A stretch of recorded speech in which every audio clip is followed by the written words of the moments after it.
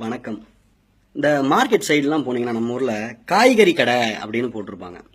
அது என்ன காய்கறி கடை? கறினா மீட்டு தானே. அங்க மீட்டு விற்கிறது இல்லையே அப்படின்னு பாத்தீங்கன்னா, பல வருடங்களுக்கு முன்னாடி, பல நூற்றாண்டுகளுக்கு முன்னாடி நம்ம மிளகை தான் காரத்துக்கு உபயோகப்படுத்தினோம்.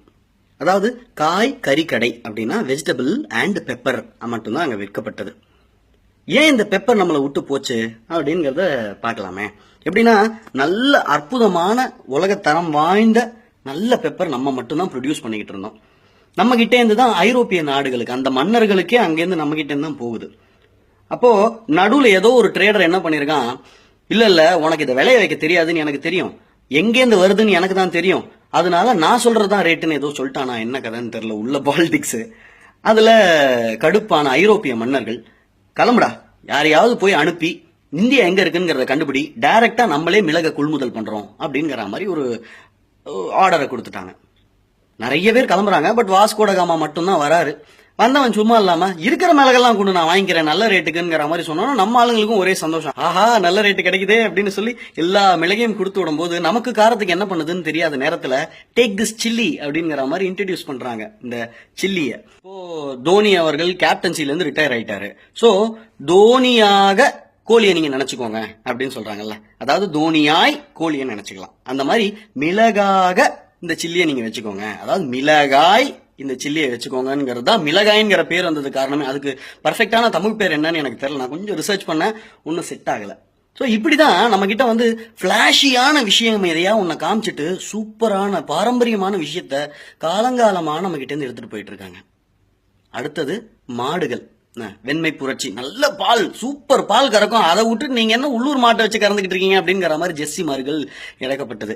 இந்த ஜல்லிக்கட்டுக்காக எல்லாரும் போராடுறதுனால இதை ஒன்றும் பண்ண முடியாது போல இருக்கே அப்படின்னு பயந்த இந்த அயல் நாட்டு சக்திகள் அடுத்து இன்னொன்று ஒரு விஷயம் பண்றதா நான் கேள்விப்படுறேன். இது ஒரு வதந்தியா இருந்தா ரொம்ப சந்தோஷம். இன்னும் பர்ஃபெக்டான இன்ஃபர்மேஷன்லாம் அதை பத்தி கிடைக்க மாட்டேங்குது. ஒரு மாத்திரை, அந்த மாத்திரையை இந்த பசுமாடுகளுக்கு கொடுத்தா அது பெண் கன்று, அதாவது பசுக்கன்றை மட்டும்தான் ஈன்றும் அப்படிங்கிற மாதிரி ஒரு மாத்திரை ஒன்று இருக்கு அப்படிங்கிற மாதிரி சொல்றாங்க. அதனால என்ன ஆகுது, இப்போதைக்கு நமக்கு ரொம்ப சந்தோஷமா இருக்கும், பசுமாடா பிறக்கும், நிறைய பால் கறக்கும்ங்கிற மாதிரி நம்ம சந்தோஷமா இருக்கலாம். ஆனால் நாளை பொழுதுல நம்ம கிட்ட ஆண் மாடுகள், காளை மாடுகளே இல்லாம போயிடும். அப்ப திருப்பி இவங்க என்ன பிளான்ல இருந்தாங்களோ அதுக்குள்ளதான் போய் நம்ம சிக்குவோம். ஒண்ணு. ரெண்டாவது, இதை குடிக்கும், இந்த பாலை குடிக்கும் நம் வீட்டு பெண்களுக்கும் இந்த பிரச்சனை வரதுக்கான வாய்ப்பு இருக்கு அப்படின்னு சொல்றாங்க. அப்படின்னா இந்தியாவில் இருக்கும் ஆண் மகன்களே குறைந்து போயிடுவாங்க. எங்கெல்லாம் போய் அடிக்குது பாருங்க. அதுக்கப்புறம் இப்போ நாய்கள், நீங்க இத நோட்டீஸ் பண்ணிருப்பீங்களான்னு தெரியல, கொஞ்சம் கொஞ்சமா வேட்டை நாய்களா கோயம்புத்தூர் பொள்ளாச்சி பக்கம் இருந்தது, திருநெல்வேலி பக்கம் இருந்த அந்த வேட்டை நாய்களை கூட மாற்றிட்டு லேப்ரடார் யூஸ் பண்ண ஆரம்பிச்சிட்டாங்க.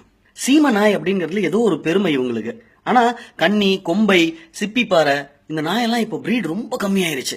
இங்க ஒரு ஹஸ்பண்ட்ரி ஒன்று இருந்தது சைதாப்பேட்டையில, அதாவது நாய்கள், நாட்டு நாய்கள் இனவிருத்திக்கு அங்க பண்ணிட்டு இருந்தாங்க. அது பயங்கர அசுத்தமா இருக்கு, அங்க சரியாவே பாத்துக்க மாட்டேங்கிறாங்க, பாவம் அந்த நாய்கள்ங்கிற மாதிரி என்னெல்லாமோ காரணம் சொல்லி மூட வேண்டிய ஒரு சிச்சுவேஷன்ல இருக்கு.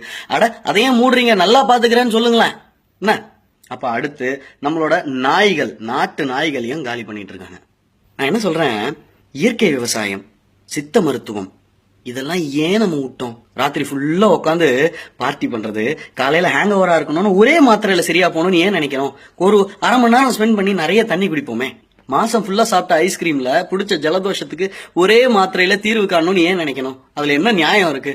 சித்த மருத்துவம் கொஞ்சம் ஸ்லோவா தான் இருக்கும், ஆனா பர்ஃபெக்டா எல்லாத்தையும் சரி பண்ணி கொடுக்கும், நோயை ஒழிக்கும். இந்த இங்கிலீஷ் மெடிசன் மாதிரி சாப்பிட்டோன்னா அமுக்கி அமுக்கி அமுக்கி அமுக்கி நம்மள அப்படியே ஒரு நோய் கிடங்கா மாத்திராது.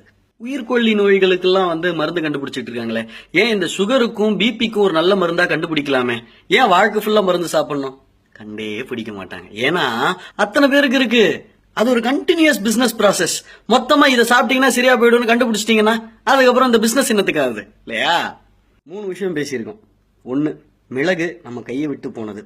2, நாட்டு மாடுகள் நம்ம கையை விட்டு போயிட்டு இருக்கு. அடுத்தது நாட்டு நாய்கள் போயிடும். அடுத்து அவங்க டார்கெட் அதுதான்.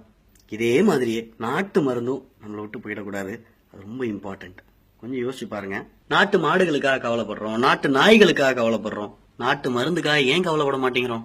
தெரிஞ்சவங்க கிட்ட எல்லாம் கொஞ்சம் இதை பத்தி பேசுங்க. கொஞ்சம் ஏதாவது புக்ஸ் எல்லாம் ரெஃபர் பண்ணுங்க.